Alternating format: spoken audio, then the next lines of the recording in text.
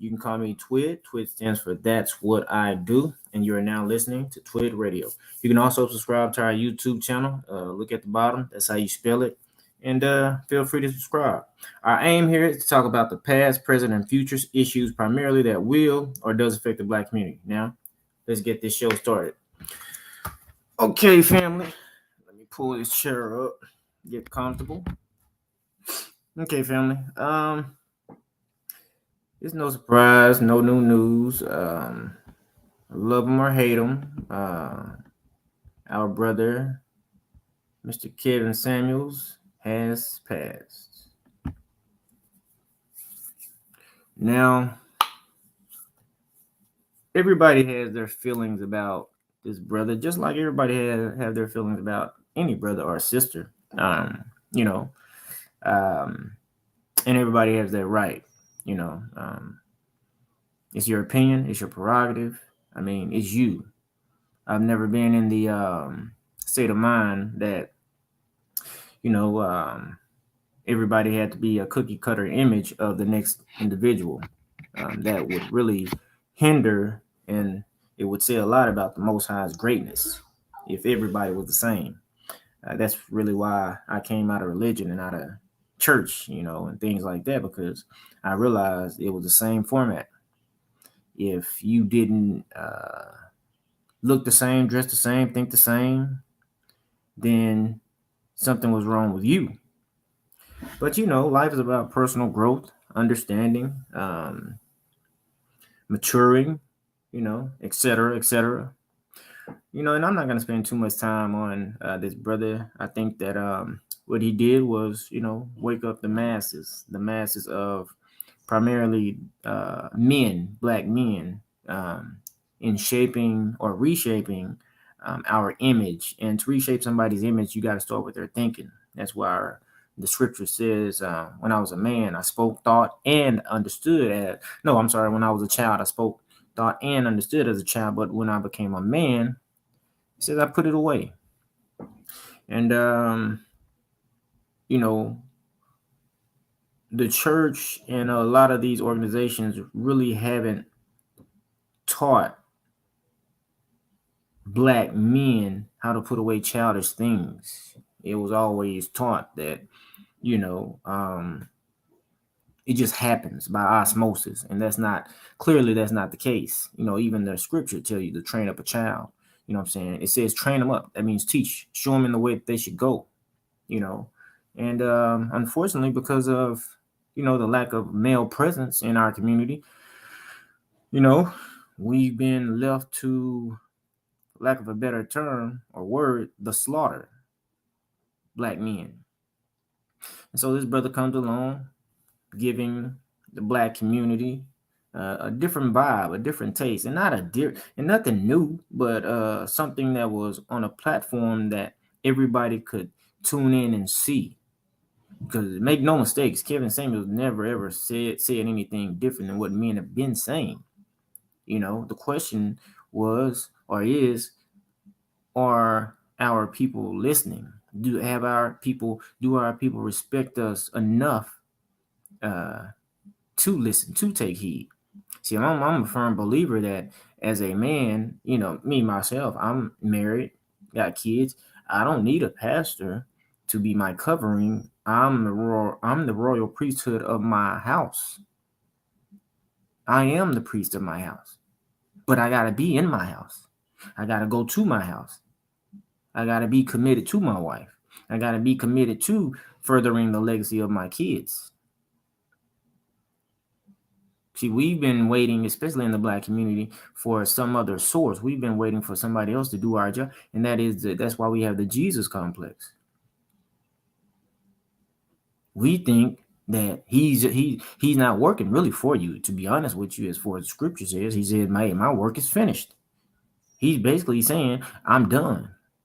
That's why when the religious folks, they cater to the scripture that says, I can do all things. Well, yeah, go do it. Why are you waiting on him to do it? And see, we've been waiting in the Black community for unfortunately, our Black women to do what they can't do. They just can't do. If they were to do it, it would mess up the order of the Most High. He didn't tell them to do it. He didn't commission them to be the head. Let's look at these stats real quick. In 2020, there were about 4.2 million Black families in the United States with a single mother. This is an increase from 1990 levels, when there were about 3.4 million families with a single mother. So if you read these stats, it's only getting worse. Not better, it's only getting worse. Let's go to another news article. In this annual, hold on, let me pull this up so I can read it for you.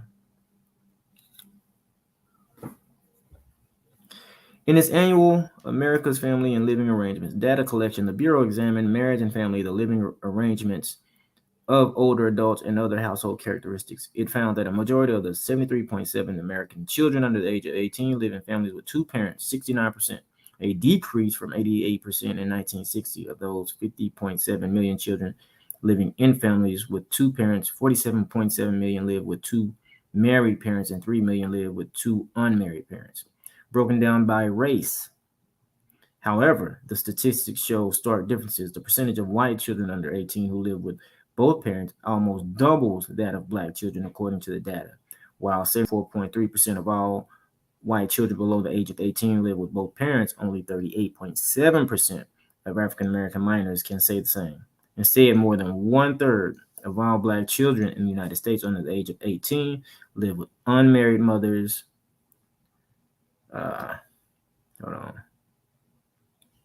Compared to 6.5% of white children. The figures reflect a general trend during the 1960s to 2016. Now, remember, these are the stats Kevin would kick out and to help us understand during the movement, the feminist movement around the 1960s and 70s. You see the decline in the Black family. And it says the percentage of children living with only their mother nearly tripled, 8 to 23%, from 8 to 23%, and the percentage of living with only their father increased from 1 to 4. So let me put this brother's picture back on the screen. Okay, so and here we are, family. You know, like I said, like it or love it, you know, he's gone, now what? It ain't gonna change the numbers, because before he hit the scene, it didn't change the numbers. The numbers, we've got to deal with internal work. We've got to examine ourselves. Us as a people, us as individuals. And I know a lot of people, you know, want to get biblical and spiritual or whatever and say Adam this. I don't care about Adam and Eve per se, because if you believe in that, then you believe that when the Most High sent his son, he gave everybody, man and woman, husband and wife, the power to make their own decisions. So I've got to decide to lead my family, my wife, and my wife has got to choose to submit.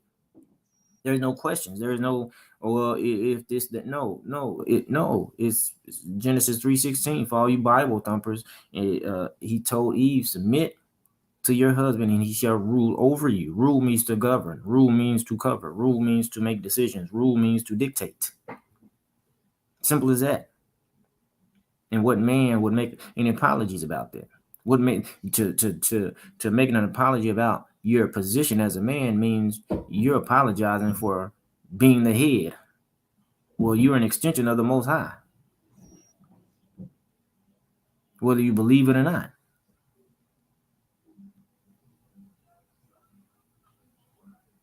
So once again, I gotta salute this brother and everything that he was doing and he was trying to do, which is advocate for Black families. I don't think we see the shape that we're in. We can talk about a lot of the Black women that are gone missing. Yeah, they are. But more than likely, a lot of these Black women that are going missing, if you check their personal information, you're going to see that they're probably, more than likely, there's a large percentage that's in a single parent home. That means they have no covering. That means they don't have a father there to ask questions. That means they don't have a father there to say, no, you can't go stay over this person's house. I don't know their parents. Certain things men are just designed to do, and we're designed to say no a whole lot quicker than our female counterparts. But that's what covering does. That's what a covering does. Like it or love it, hate it or despise it. It doesn't matter how you feel about it. Our position is our position. And our people are so sick in the mind, in the brain, in the head that we would, laugh, and we would actually celebrate a brother's death, all because he said lose weight, be healthy. I'm trying to figure out how did we get to that point to where we're so, and I understand because you talking about women who hated this brother and his message, but they love Megan Thee Stallion saying, I'd rather be a bitch. That's what she sings. Cardi B sings a WAP.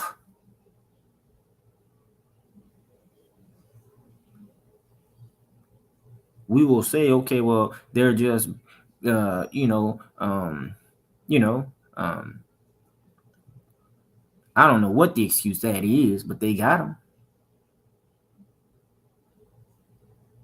But this man come along, or any man for that matter, come along, and we start, speaking truth to power, and we start setting the record straight. Now it's a problem.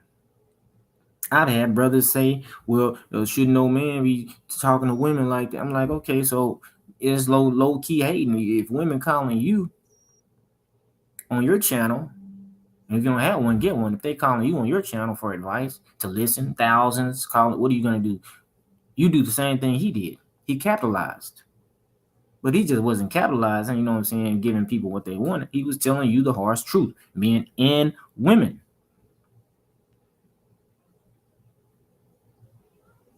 You shall know the truth, and it shall set you free. Oh, you okay? So he's got to be what?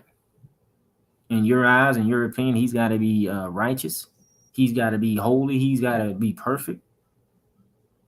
So now you got the right to cast the first stone. Is that what you're telling me? Nah. Okay. You just didn't like the way he said it. But if your boss tell you it's mandatory overtime, you're not about to quit. You finna assume the position, clock in, and go to work, and be upset the whole time. But you're not gonna be wishing death on that company, no, because you'll lose your job. And then the fact is, after you get that check, you'll realize, yeah, I didn't want to do it, but I came in, I assumed the position, and it paid off. That's all this is about. Taking what you can, and the rest just chunk it away, throw it out. I'm a married man with kids. Most of what Kevin was talking about didn't apply to me personally, but it was some stuff that I was able to see. It was some things I was able to realize, and it was some things I was able to use in my marriage. And men, if you're listening, you got to regain your position. If you're a married man, I'm gonna tell you like this: you should not be arguing back and forth with your wife. That'll cause heart palpitations, and you know what I'm saying? It's stress. It'll kill you. Don't do it. Women, you should not be arguing with your husband. If he makes a decision, agree with it. If you don't agree with it, if you're gonna fight, what are you looking to do by arguing with your husband about something that you don't want or you don't like?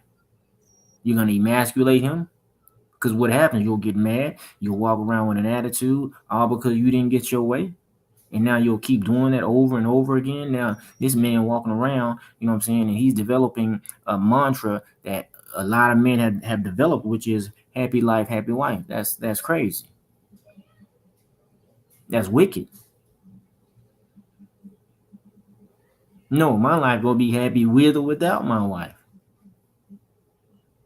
Isn't it as simple as that as a man? And that's putting things in perspective. You mean to tell me I gotta in my life, gotta be happy? Man, please.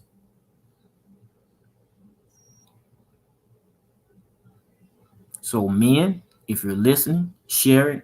But listen, understand this, men, we got to keep going.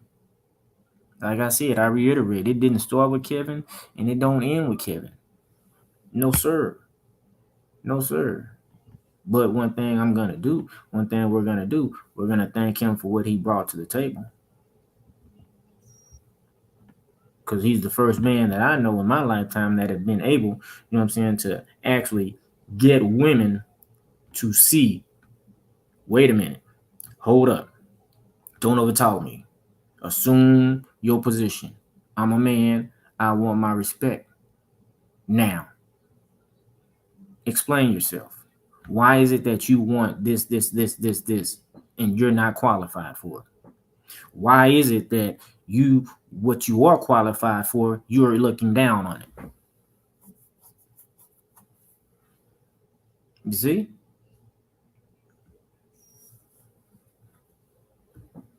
Our community can no longer afford to live in an unrealistic manner. And it's just not in our relationship, but just think how we operate.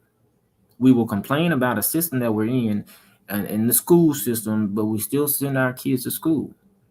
It's unrealistic if you're going to participate to think that it's going to change. We go to church every Sunday. People go to church every Sunday, take up money. Our communities are still in shambles, and we assume that if we can just vote, somehow somebody's going to come in and change our situation. That's unrealistic. You see, as a people, we are unrealistic because we're looking for something for nothing. And this is what Kevin exposed with our women and men. You're looking for something for nothing. And that's what you call reaping what you sow. You put in nothing, you get nothing. You do nothing, nothing happens. But you can't blame nobody else, because at the end of the day, like I said, on both sides, women and men, black women and men specifically, if you're out there and you got plural kids, ma'am, 33 forms of contraception, that's your fault. You got 3 days to decide if you want to go get a plan B. Oh, you don't believe in abortion? Oh, okay. You don't believe in abortion, but you believe in premarital sex. I've read in the scripture, whosoever shall keep the whole law, and stumble in one point is guilty of all. Oh, you'll open up your legs and let a man impregnate you, but you don't want to get rid of the baby because now that's wrong. Then you'll go do it again and blame the man. Okay, brother, you mad because she got you on child support. Okay, well, what you expect? You laid up in her too long. You didn't marry her, wasn't no ring on her. Now she did an about face on you. On both parties. You know what I'm saying? Y'all can't, women with kids and the father that fathered the kids, you have no type of argument as it pertains to the two of you, because when y'all was getting it in, it was all fun. It was all cool. Nobody said nothing. But now, when it comes to reaping what you sowed a whole life together. And now everybody's pointing fingers. And this is what this man exposed. The unrealistic ideology of our people that has left so many of our homes fractured, fragmented, and broken, to the point that who knows if it can be repaired. But nevertheless, you gotta first do the first thing, in trying to resolve an issue. You've gotta conversate about it. There has to be a conversation. And he brought that conversation to the masses. And we want to thank him for that. We salute you, brother. You know what I'm saying? 18 months that you was going hard and viral. Man, oh yeah. So once again, salute. That's going to be the end of this show. It's only about 21, 22 minutes. I wasn't planning on being long. But like I said, I didn't want too many days to go by before I went ahead and saluted this brother for the work that he did. I don't really know a lot about his personal life and what he was doing, but that's not my business. You know what I'm saying? My main focus is to work out my own salvation, to be a good father, you know what I'm saying, to my kids, a faithful husband, and so that I can break generational curses. See, we got to do this, every man for himself, but we still got to have men out there who can, you know what I'm saying, who have the intellect, the intelligence, and the know-how to help us raise our consciousness, our way of thinking.